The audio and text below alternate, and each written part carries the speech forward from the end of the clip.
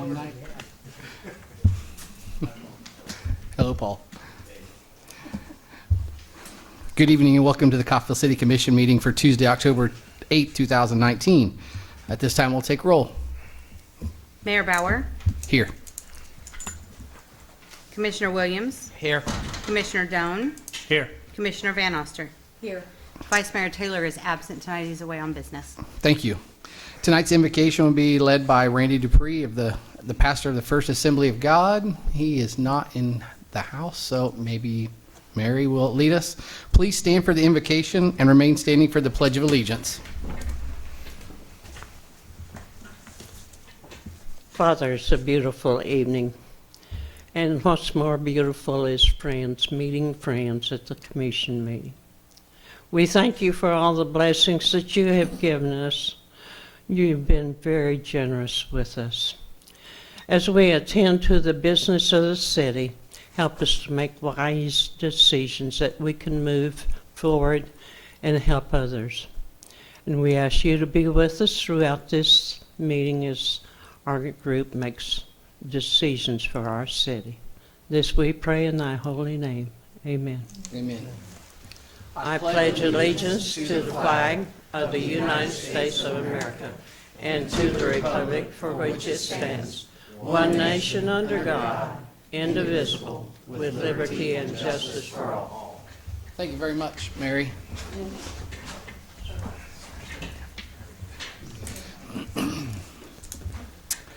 Tonight's consent agenda: City Commission meeting minutes for Tuesday, September 24, 2019.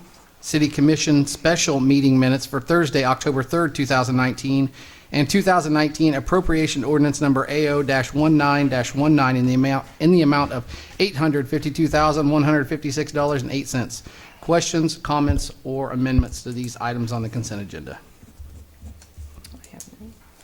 I'll No. move to approve the consent agenda as presented. Second. Motion is made by Commissioner Van Oster and seconded by Mayor Bauer to approve the consent agenda as presented. Commissioner Williams, Aye. Commissioner Doan, Aye. Commissioner Van Oster, Aye. Mayor Bauer. Aye. Moving into public hearings, special presentation, and proclamations. The 2020 CDBG public hearing for sidewalks on 10th and Camden through Gillum. Chuck Shively, Public Works Director, will provide comments. Mayor, Commissioners, as we've discussed previously, I've been working with Susan Gailmore from the Southeast Kansas Regional Planning Commission on our next CDBG grant application for replacing the sidewalks on both sides of 10th Street between Camden Street and Gillum Street. One of the requirements for the grant application is to hold a public hearing to receive public input on the proposed grant.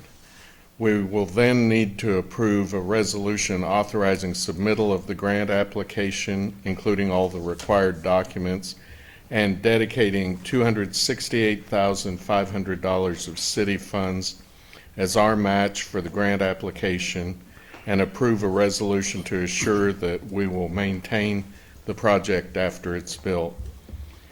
Then the next agenda item after that is approval of a resolution authorizing an agreement with the Southeast Kansas Regional Planning Commission to administer the grant if our application is successful. Susan Gailmore from the Planning Commission is here this evening to answer any questions you may have about the application and the grant administration. So unless you have any questions, I recommend that you open the public hearing, followed by approval of the 3 resolutions and the related documents. I looked through everything. This is a 50-50 split. Yes. So it's similar to most of the CDBG grants that we've done in the Yeah. past that I've been part of anyway. It takes a 50-50 split to get the maximum points in that category. And Yep. these grant applications are so competitive, you can lose by 1 point. So And this goes right along with our 10th Street project for the Yeah. streets. So I know that we talked a little bit about it earlier. Yeah. So do we have any questions that we want to ask before we open this for public hearing? Okay. This time I'll open for a public hearing for the 2020 CDBG grant on sidewalks for 10th and Camden through Gillum. Questions or comments from anyone in the audience? They don't want sidewalks getting done in this situation? In this particular one, yes, and they have to meet a certain criteria in order to qualify for this particular grant. Yes. This time I'll close the hearing.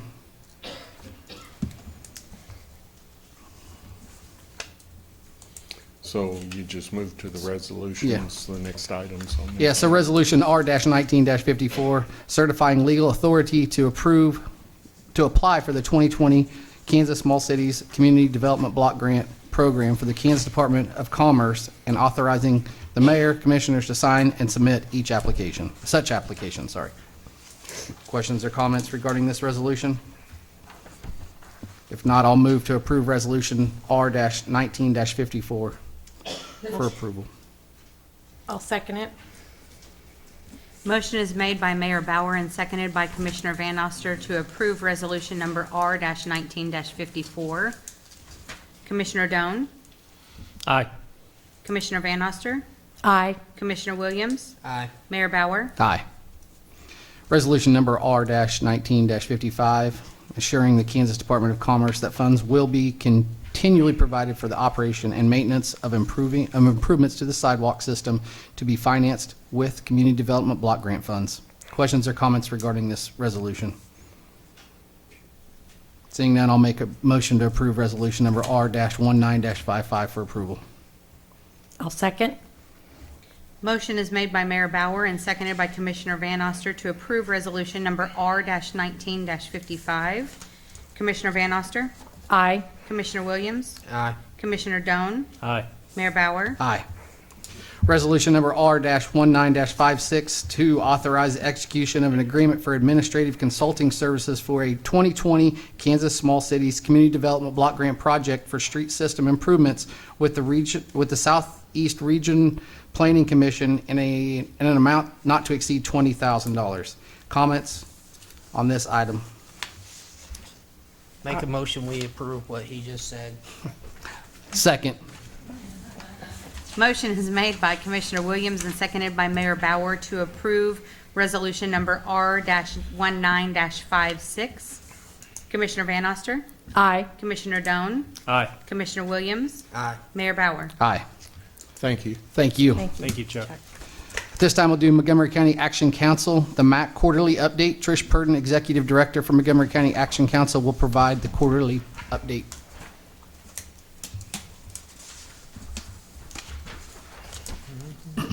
Good evening, Mayor and Commissioners. Good evening. Good evening. Thank you so much for having me.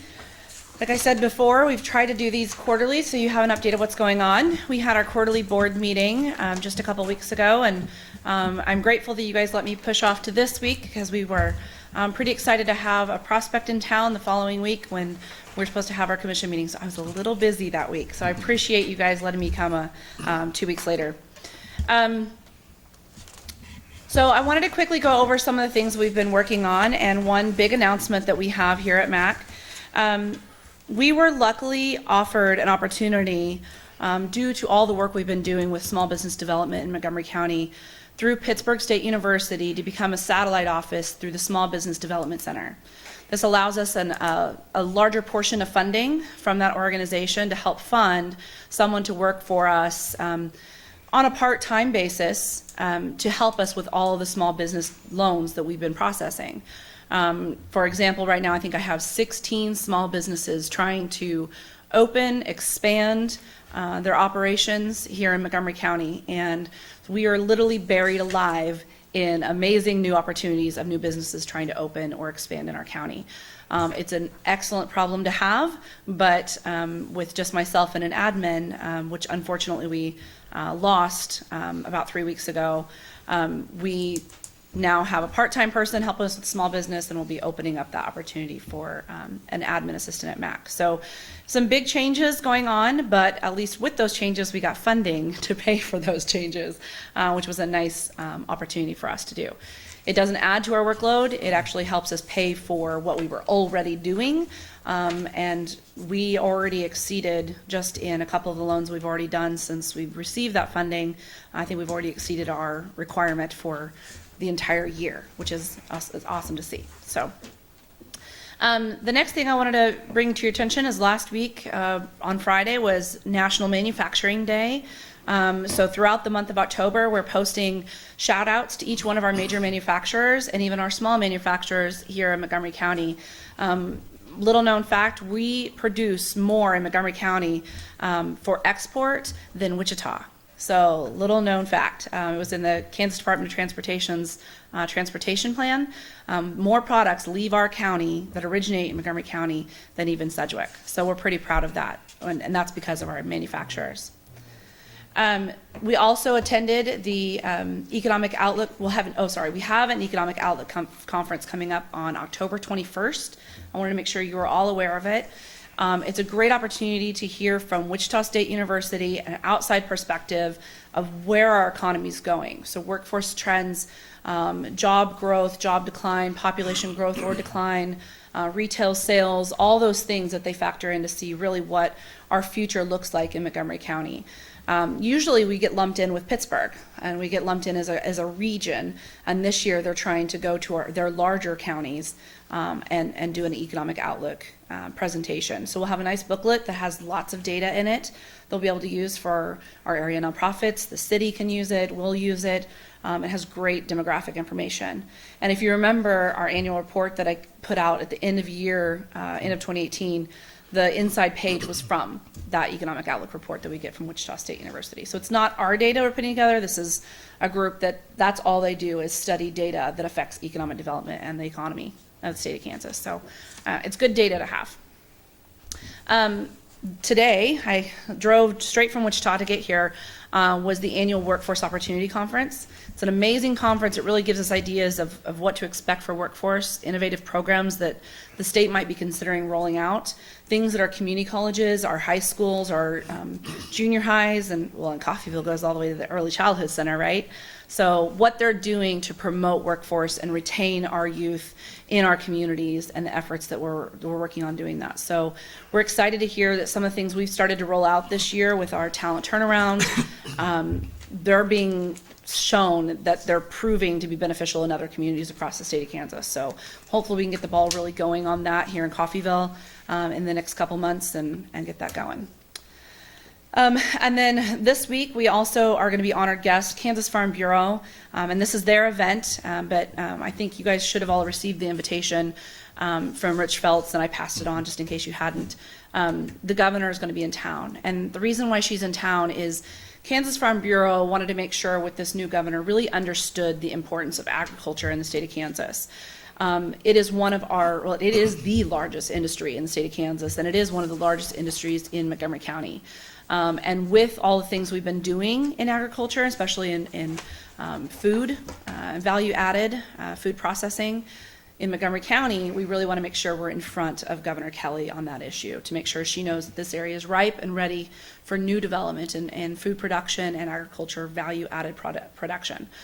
So we're going to present to her this week and letting her know how critically important it is that we're recognized as a region ripe for opportunity for that.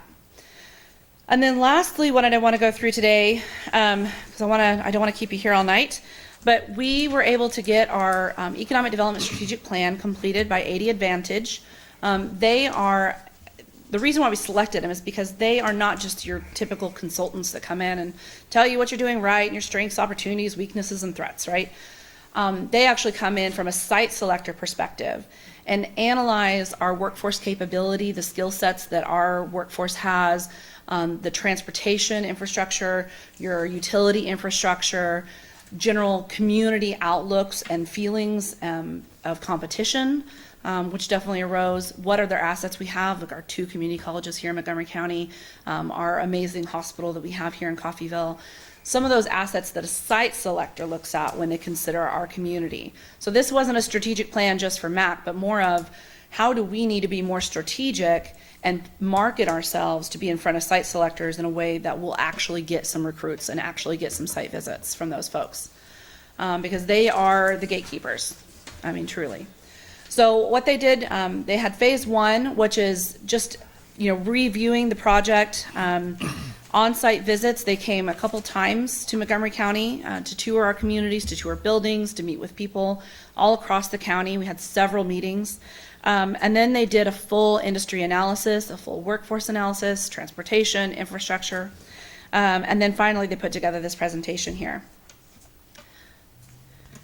So when I prefaced this presentation with the site selector, you almost have to look at this plan with those lenses on, because otherwise it does get a little overwhelming. So this is what makes us attractive to businesses, and then I'll tell you some challenges. So our assets that we have here in Montgomery County, we have large potential projects on the horizon. We've been identified by Fortune 100 company as an ideal location that they're considering. That was very public information, and because of that, we're very much in the eye for value-added agriculture and food production companies analyzing our community for other opportunities for growth. It shows that we have the infrastructure. It shows that we have the workforce to have made that final top 3 selection. We have other assets. The ICC Fab Lab is a great source of entrepreneurism. We're seeing a lot of small businesses open and utilizing the tools that they have there. We have something similar at Coffeyville Community College and our school district here in Coffeyville that are also utilizing things like that.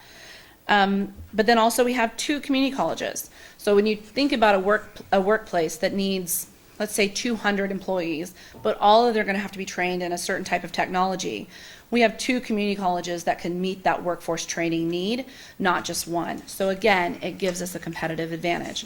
It also gives us a bit of a disadvantage if you look at it in some ways, but when you're looking at it from a site selector perspective, it is a distinct advantage over other communities. And then lastly, workforce availability, training, and entrepreneurship growth. We have workforce availability. We have one of the higher unemployments. Again, double-edged sword there. Unemployment rates in the region, 4-state region, actually. When you factor in our 45-minute commute range, which is the typical commute that we see in this region, we're well over 100,000 that can work in this area. I think when I ran the numbers, the last one was 4,600 people unemployed in that region. And when you factor in the underemployed, those making less than $13 an hour, you're getting up closer to almost 20,000 people that could potentially work for a business if they came and paid more than $13 an hour, which would be a very competitive wage. And then we're also seeing entrepreneurship growth. Like I said before, we have 16 different businesses who've applied for funding through all the different resources we have. So we have lots of entrepreneurship growth we're seeing right now. There we go. I'm going to fly through this, but basically this is an asset map. We're going to put this on our website, at least the top right quadrant. This is where we're really competitive. So we have a high skilled labor cost, meaning these skilled laborers, the cost of employing them is much lower than that if they were in Kansas City. We're very competitive in lower skilled labor. We're competitive in that region. Payroll costs were right on the line. Electric costs were right on the line. And granted, this is countywide. So we know that here in Coffeyville, you probably have even more competitive, and that would zoom in most likely into that top right quadrant. Our cost of living, probably not as important to most businesses, but we're also competitive in that area. Unfortunately, we're less competitive in overall tax ranking. A lot of that's based on the state. Some of that's based on local, which I know you all are very familiar with. Sales tax, gas costs, electric costs, those are all closer to the line in the middle, but definitely less competitive than some of our neighbors to the north. So our asset maps, there's a lot of different asset maps. And one of the key things that I have already been able to push, one, rail access. We had a prospect here recently that was so critical. We were competitive over even Wichita because of our amazing rail access with Watco Railroad having their hub here. Our workforce productivity and work ethic, that comes directly from our employers, and that's what they reported back to AD Advantage. Our available buildings, sites, highway access. One key distinction, which I found fascinating, and I think it's in this presentation. I'm going to squeeze forward. No, I think they took it out. The two-year education attainment, we far exceed Kansas City, Joplin, Tulsa, Wichita, Springfield in our two-year attainment. That means we have more students that are staying in our region, so they're being counted, that are graduating most likely from ICC or CCC than some of those other regions. And when you consider the culture shift that's happening right now in manufacturing, particularly of wanting those technically trained students, but that haven't gone on to university to be molded into a certain career field and thought of what they need to be, but they're getting the basic skills that then that employer can then train them into what they want them to be, this is a huge asset and makes us very competitive. So our top areas of growth, that big bubble on there on the right, in the top right, that yellow, number 5, that is manufacturing. We know we're heavy in manufacturing. Number 1 is agriculture, forestry, fishing, and hunting. But I wanted to point out number 6, wholesale trade. We have a perfect building for that. So hopefully we can really get this out to those folks in wholesale trade. Again, 80 Advantage also as a site selection firm can get that opportunity out to the public and to those site selectors. And if you have questions as I'm going through this, please interrupt me because it's a lot of information. Okay, so I'm going to fly through this too. Where we rank in Kansas, infrastructure, workforce, education, regulatory environment, we're definitely in the top third among the states across the United States. Kansas Department of Commerce has been weak, I would say, for the last 7 to 10 years. They have some opportunities for growth, and I'm hoping we're starting to see those changes happen. This has nothing to do with us as a community, but more of the statewide. Right to Work State, we recruited a new business here to Coffeyville because of Right to Work State in the last 5 years. So it is an asset that we promote. Our regional positioning, we're central. If you think about shipping and distribution, you can get all the way up to the Great Lakes region and down to the Gulf of Mexico in a normal day's drive. We can reach 49 million people with our markets where we're currently located. Okay, here's where I was trying to show you. So post-high school, I guess it wasn't here. So 11.9% of our population has at least an associate's degree, basically. And when you compare that to Wichita, Tulsa, Joplin, Springfield, we're beating them hand over fist, which is pretty amazing. Now, our unemployment rate's also high, but that's also an advantage if you're a site selector.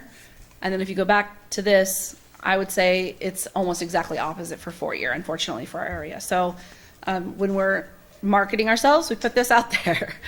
Okay. But this is, considering the crisis that's affecting all workforce or all industry right now, workforce is the number 1 issue. We can show we're competitive against those cities. That's huge. Median household income, again, double-edged sword. We're definitely one of the lowest, but that also goes back if you're a manufacturer and you know your wages are $14, $15 an hour, your families that work for you can make a livable wage in our community versus if they pay $14 an hour, $15 an hour in Kansas City, that's just not possible. So it allows you to be competitive with Mexico, with China, especially if you're going to be exporting.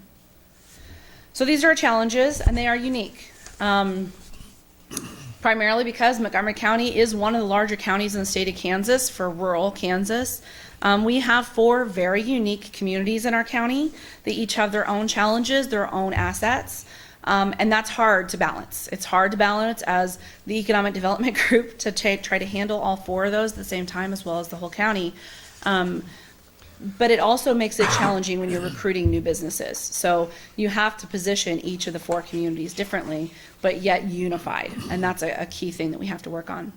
Workforce development, we have to get that pipeline a little stronger, a little bit more developed.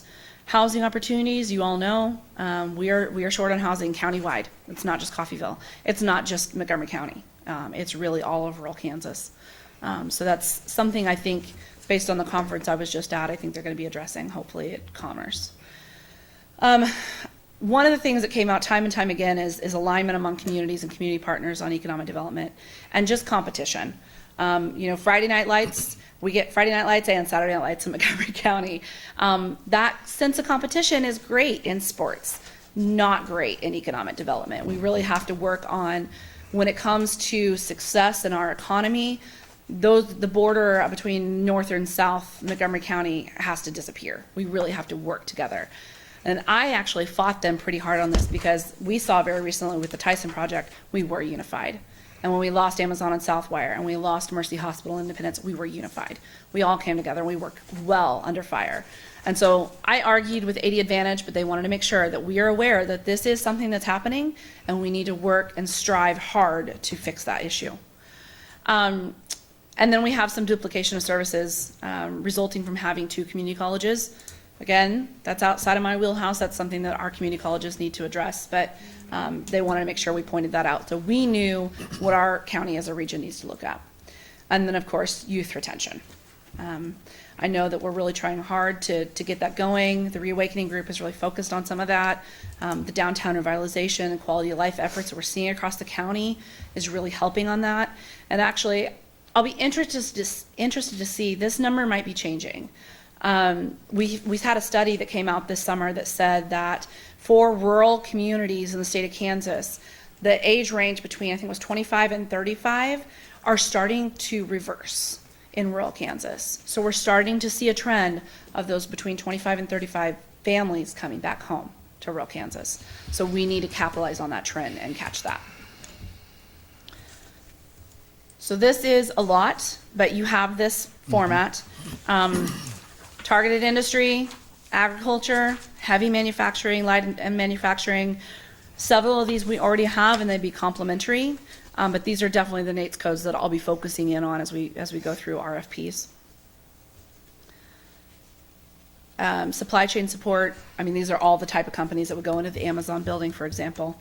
And then shoot for the moon, let's go for some professional, scientific, and technical services. But that also includes, you know, your technology that would maybe be in your hospitals, things like that, that we could recruit to support them. That all includes, you know, some of those contractors that come through that work with the refinery, amazing technology companies that maybe we can recruit permanently. So here's just a fun image. This is what we're not going to be known for. We're known for manufacture, agriculture, our transportation, aviation. These are our assets. So just something fun that you guys can use. So I'm going to kind of fly through this too. Our goals for the future really is to support efforts to enhance quality of life and quality of place. Excuse me. We're really seeing that with the Reawakening effort. I just choked on myself. Develop a regional talent strategy that focuses. Thanks, Justin. Thank you. So we need to really focus in on that talent strategy and how we're going to retain our youth and recruit new people to our communities.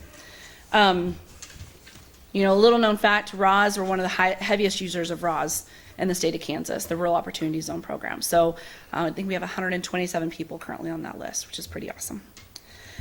Encourage regional collaboration amongst the communities, which we talked about before. Ensuring that Montgomery County is optimally business development friendly. So that's when I talked about we're going to be doing those certified sites out at our industrial park. Every single site that we have in Coffeyville, it's shovel ready. The moment someone says, we like Coffeyville, okay, let's start construction next month. We can do that. And then lastly, promote Montgomery County as a place of choice for both businesses and talent to locate. That's your marketing plan. How do we market ourselves? And this plan will help us do that. So with that, I'll leave it open for questions. There's a lot of information. A lot of information. Yes. It's good, though. And a summary of this report is going to be on our website, so the public can go in and kind of delve into this a little deeper. You can see all those NAITS codes for our targeted industries and things like that. So I think for those of us that hear a lot and see a lot, you know, and are close to the MAC, this is all good for everyone else to see, because Yeah. I know I get a lot of emails, so I know what's going on most of the time. I mean, sometimes I don't, but most of the time. So I know you are actively seeking and working hard and busy, you know, but it's good to put it out there for everyone else to see and really show them what the MAC is doing. Yep. So thank you for the update. It's always Very good. Thank you very much. Thank you, Yeah, Trish. we're trying to be more transparent, trying to get as much out there. I mean, there's some things we just can't because we're under confidentiality with those Sure. businesses, but I think we'll hear next one of the projects we've been working on for a while, and hopefully it goes well as well. So, Good. thank you so much. Thank you. Great, thank you. Okay, we'll move into new business. Resolution number R-19-57 to approve a business loan application for HC Hardware LLC. I'm not sure who's going to present on this. Is this Trish? Trisha, you didn't even have to leave. Patrick, if you want to come up. So I'm honored to introduce to you our manager of what will be our new Ace Hardware here in Coffeyville, Kansas. We've been working with Mr. Bride and the owner, Ben Ryan. They own Olson's Ace Hardware in Parsons, Kansas. And this is actually going to be, let's see the correct term, a branch? Be a branch. Yeah, so a branch site. So they are purchasing 8th Street Hardware here in Coffeyville. And to do that, as we put together this package and we were working with them, we've been working with them for several months on finding a good location. And really this was a win-win situation in that the owners of 8th Street Hardware were ready to sell the business, and they were looking to come to our community where we saw pretty outstanding leakage amounts. And I'm sure you guys have seen those retail strategies reports that said our number one leakage is DIY, home improvement, hardware, construction materials. Our top 5 are all related to basically what Ace Hardware is going to be filling in our community. So we're losing millions of dollars every year in revenue and sales tax for our businesses and for our city. So we were really excited when they came to us and said that they loved Coffeyville and wanted to open their business here in town. So we assisted them in looking for financing. They have a great bank relationship with Commercial Bank. And we put together some gap financing, as we've done in the past with several of our businesses. So the reason we're in front of you today is, 1, to introduce Patrick, but 2, to apply. They applied for the city's small business loan program. So they're applying for $75,000 over a 10-year term, and this would be, they've purchased the building. The owner, Ben Ryan, has already purchased the building. So this is going to be for renovation, inventory, your working capital to help get things going and grow your business and add some jobs and things to our community. So that's what they're applying for. And with that, I'll let Patrick kind of tell you about the project, and we can talk more about the loan application. Good evening, Mayor and Commissioners. Good evening. My name is Patrick Bride, and I just, first of all, just want to make sure everybody knows we are absolutely thrilled to be here.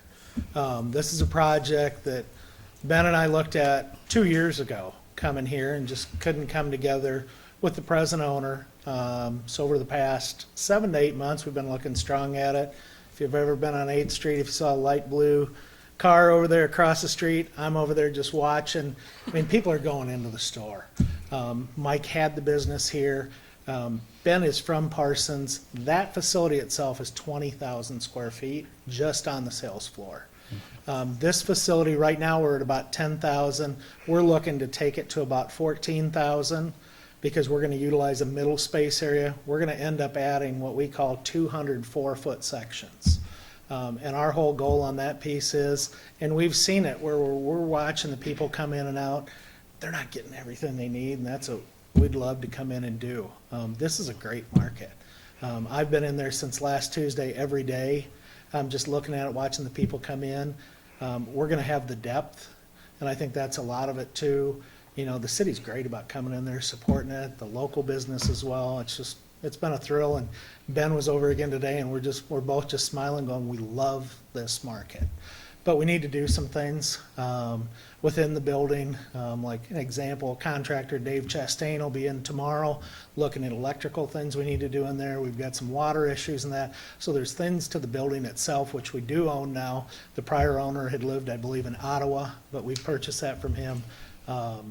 There's just things that we need to do within that store. We're going to bring it back to Ace. Not to take anything from Coffeyville, but I had said to Ben one day, I said, this is kind of the reawakening of Ace here in Coffeyville. So we're thrilled about it. So it's our pleasure to come over here. We've wanted to be here, and we love the community. So Good. Well, welcome to Coffeyville. thank you. Thank you for I've coming. already seen that it looks like you've been actively painting, or someone has been actively Yeah, painting we've the done a little building. painting. So, Well, and I apologize, but one thing I want to say, and Paul, I had said it to you before, We just kind of did a teaser post out there on Facebook, and it reached over 12,000 people, and there was 4,500 people that clicked on it. So, and we're seeing, I mean, even today, ever since that hit, and today it was just traffic coming in the store, and it's pretty awesome. So you got a great fantastic. community. All right, any questions? Any other questions or comments? I'll make a motion to approve Resolution R-19-57 for approval. I'll second. Motion is made by Mayor Bauer and seconded by Commissioner Doan to approve resolution number R-19-57. Commissioner Williams? Aye. Mayor Bauer? Aye. Commissioner Doan? Aye. Commissioner Van Oster? Aye. Thank you, Patrick. Thank you. Tricia. Thank you. Thank you. We've gone to resolution number R-19-58 to authorize the issuance of a purchase order to Room Pumpin' Inc. I'm sure I messed that name up, but for repairs to number 1 boiler feed pump in the amount not to exceed $39,068 for the city of Coffeyville Electric Utility. Mike Shook will make comments. Mayor, Commissioners, good evening. Before I get started, I'd like to thank Patrick and Ben to welcome to Coffeyville. We're happy to have you. Mayor, Commissioners, staff has recently had to derate our Unit 7, our steam plant unit, due to poor performance on our number 1 boiler feed pump. This pump is no longer meeting the design capacity, resulting in lower pressures and ultimately limiting our ability to achieve full load operation of that unit. This derate equates to approximately $36,000 loss in revenue, in capacity revenue each month. Staff has made contact with 2 regional repair shops to investigate the pump problems. Upon the review of the pump operation, they are recommending that we take the pump out of service and have the pump shipped out for repairs, which will involve a complete tear down of the pump and parts replacement and possible machining and reassembly. Rue Pumping is the only authorized repair facility in our region for this type of pump, including they provided the lowest cost proposal. We did reach out, even though they're not certified, we did reach out for pricing to other vendors. Rue Pumping has previously performed pump repairs for the plant as recent as 2016 for boiler feed pump number 2. Therefore, staff is recommending that the mayor be authorized to direct the director of finance to issue a purchase order to Rue Pumping for repairs for boiler feed pump number 1 in the amount not to exceed $39,068. And I'd be happy to try to answer any questions that you may have. How many pumps like this do we We have? have 2. Two. They're 60% capacity pumps. We can achieve about 50% load, 55% load with the pumps based on their age. What's the expected life on the pumps? I mean, do we do a preventive maintenance on them, We like take them do. down and so that we don't get in this situation normally? Or is it They're just already- fixes they're fail already kind of? 50-plus years old, so Yeah. they've far out. We've got the life out of them. Right. But Okay, a pump replacement's about $400,000. okay, so, yeah. If that helps at all, give you Yeah, a better that idea. puts of it in perspective, doesn't it? So with this 39, almost 40,000, how much will that take out of the 36,000 loss per month? If we can get the pump repaired, as soon as we get it repaired, the unit will go back to full load capacity, and we'll bump the capacity revenue back to where it should be. Perfect. Pay itself back pretty quickly then. It's going to Should. take about 2 months to do the repair. Mhm.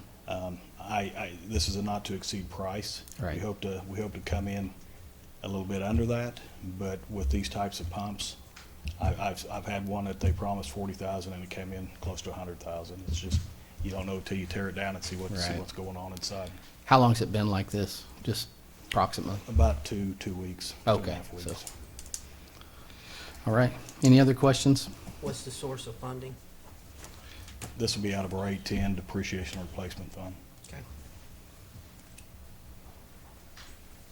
Other questions? I don't have any further questions.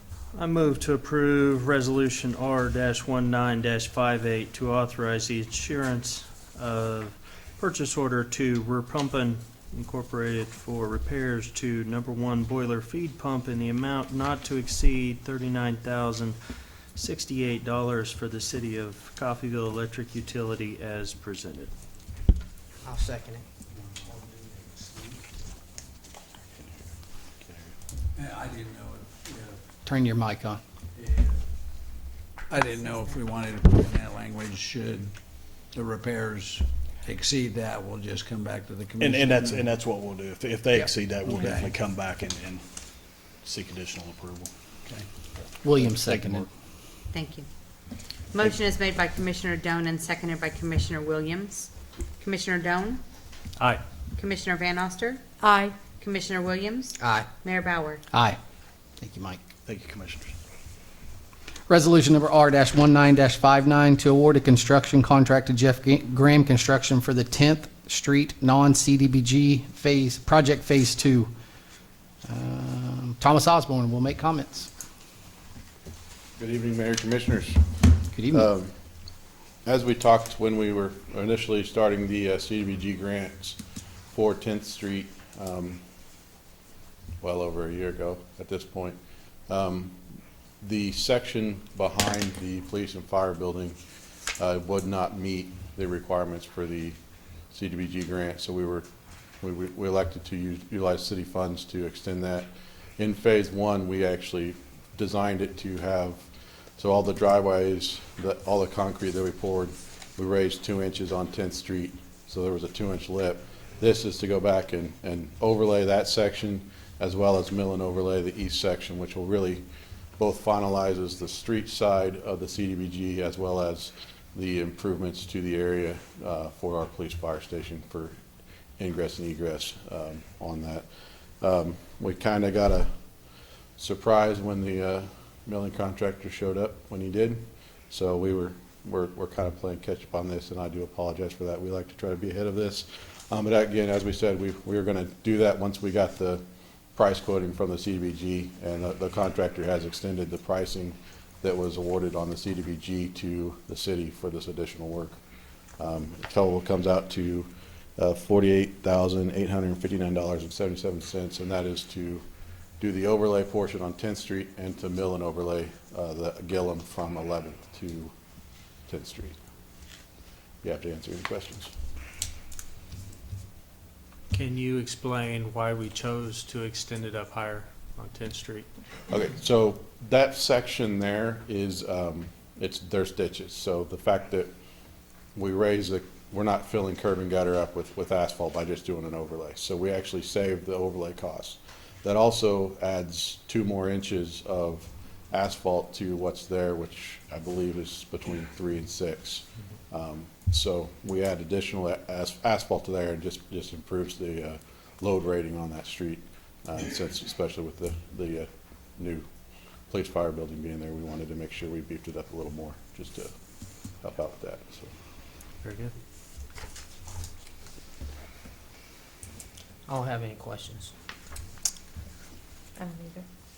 I'll move to approve resolution number R-19-59 to award a construction contract to Jeff Graham Construction for the 10th Street non-CDBG project Phase 2 as presented. Second.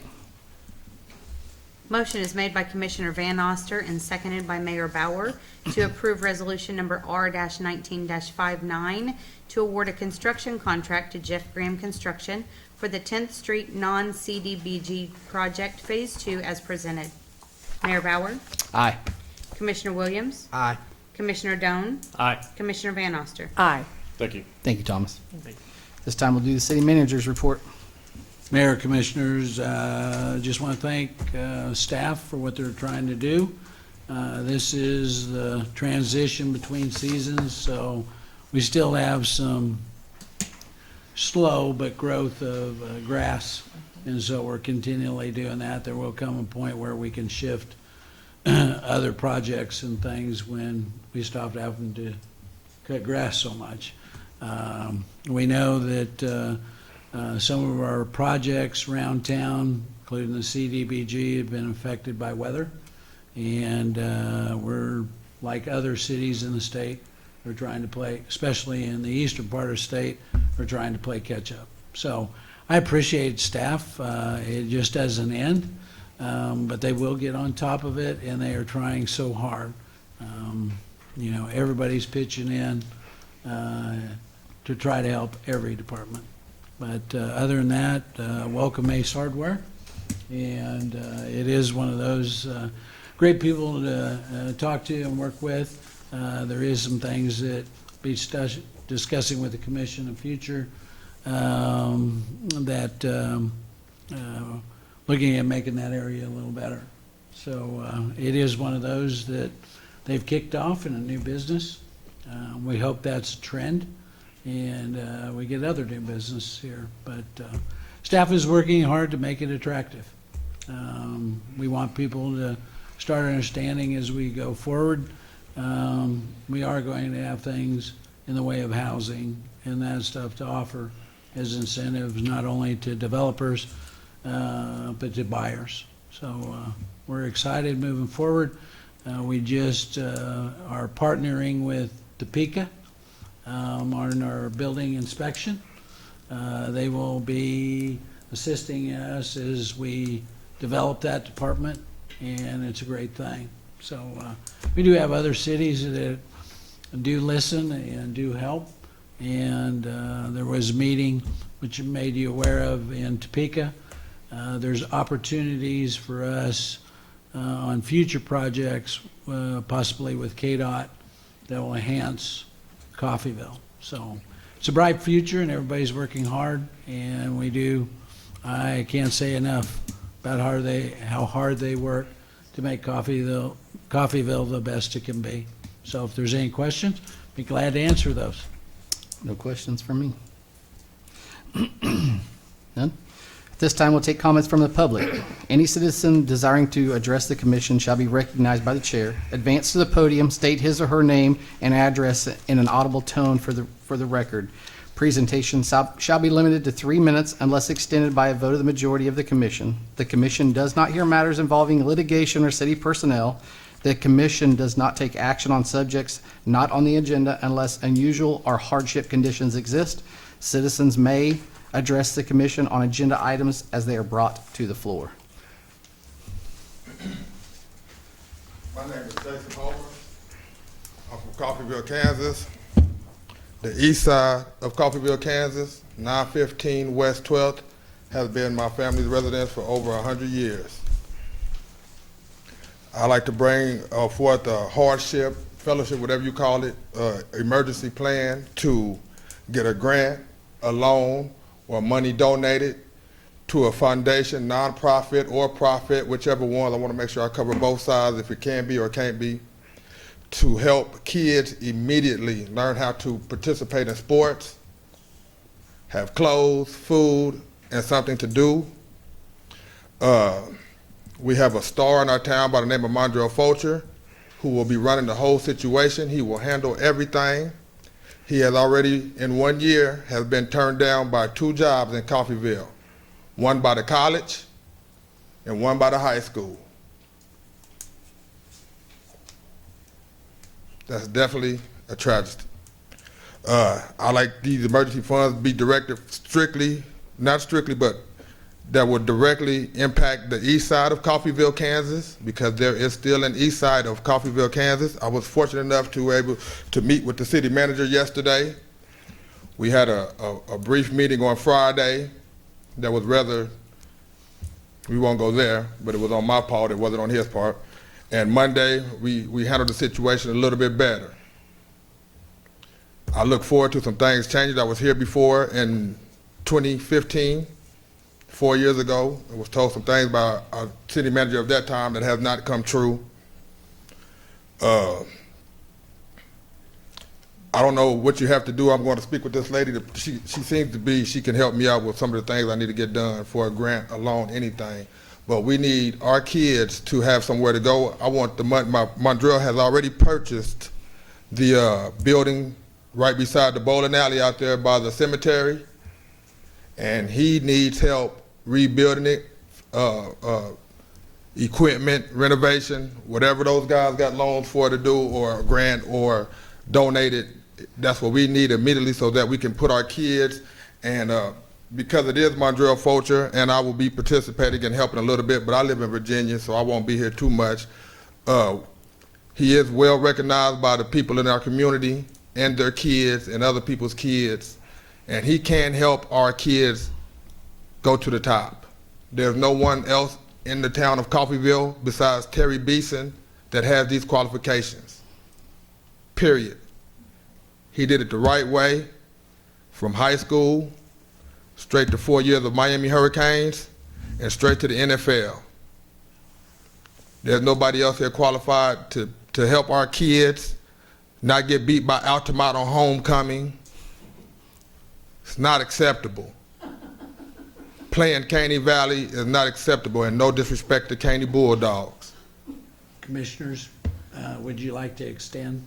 Yes, we'll give him an extension. That's fine. Okay. I don't need no extension. I just need to learn how to get this money to help my East Side community, whether it be by grant, loan, or donation. I have to fix my town. It's 500 homes missing on the East Side. You do the math, you just put 4 people in each home.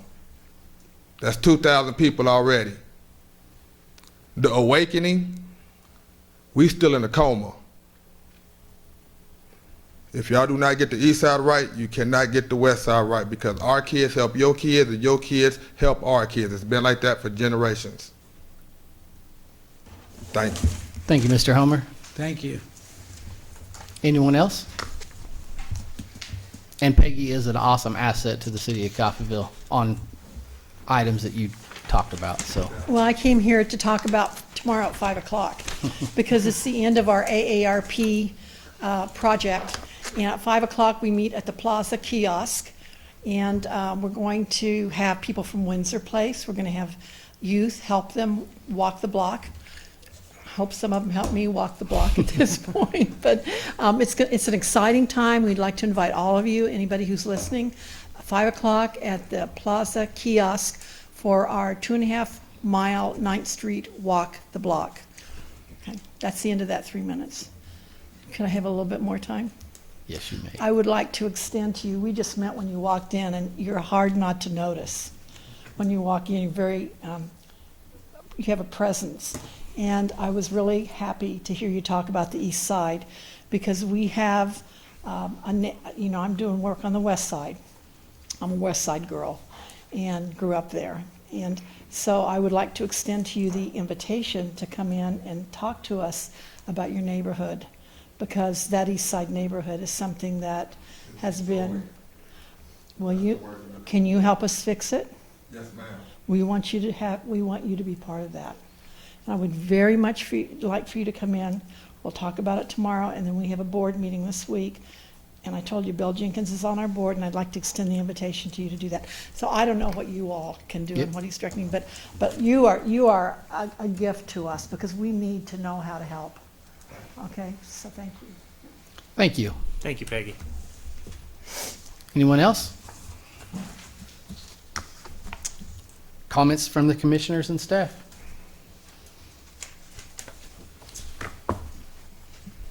I think Chuck has something to say. We just wanted to give you a little advance notice. At the next meeting, we'll be bringing a couple of grant applications from KDOT Transportation Alternatives Program. I think they're both 80-20 match, so KDOT will pay 80%. One of them will be the next phase of our Safe Routes to Schools. Okay. We'll expand on what we've done, what we're doing right now. And the other one will be a Rails to Trails type of grant.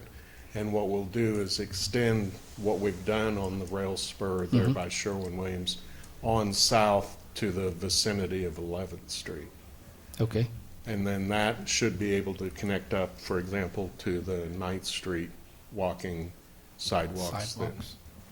So anyway, I just wanted to give you some advance notice, because the grant is due November 1st, so the next meeting Crunch time. is, yeah. Okay. But we went to Topeka last week and learned quite a bit more about these programs.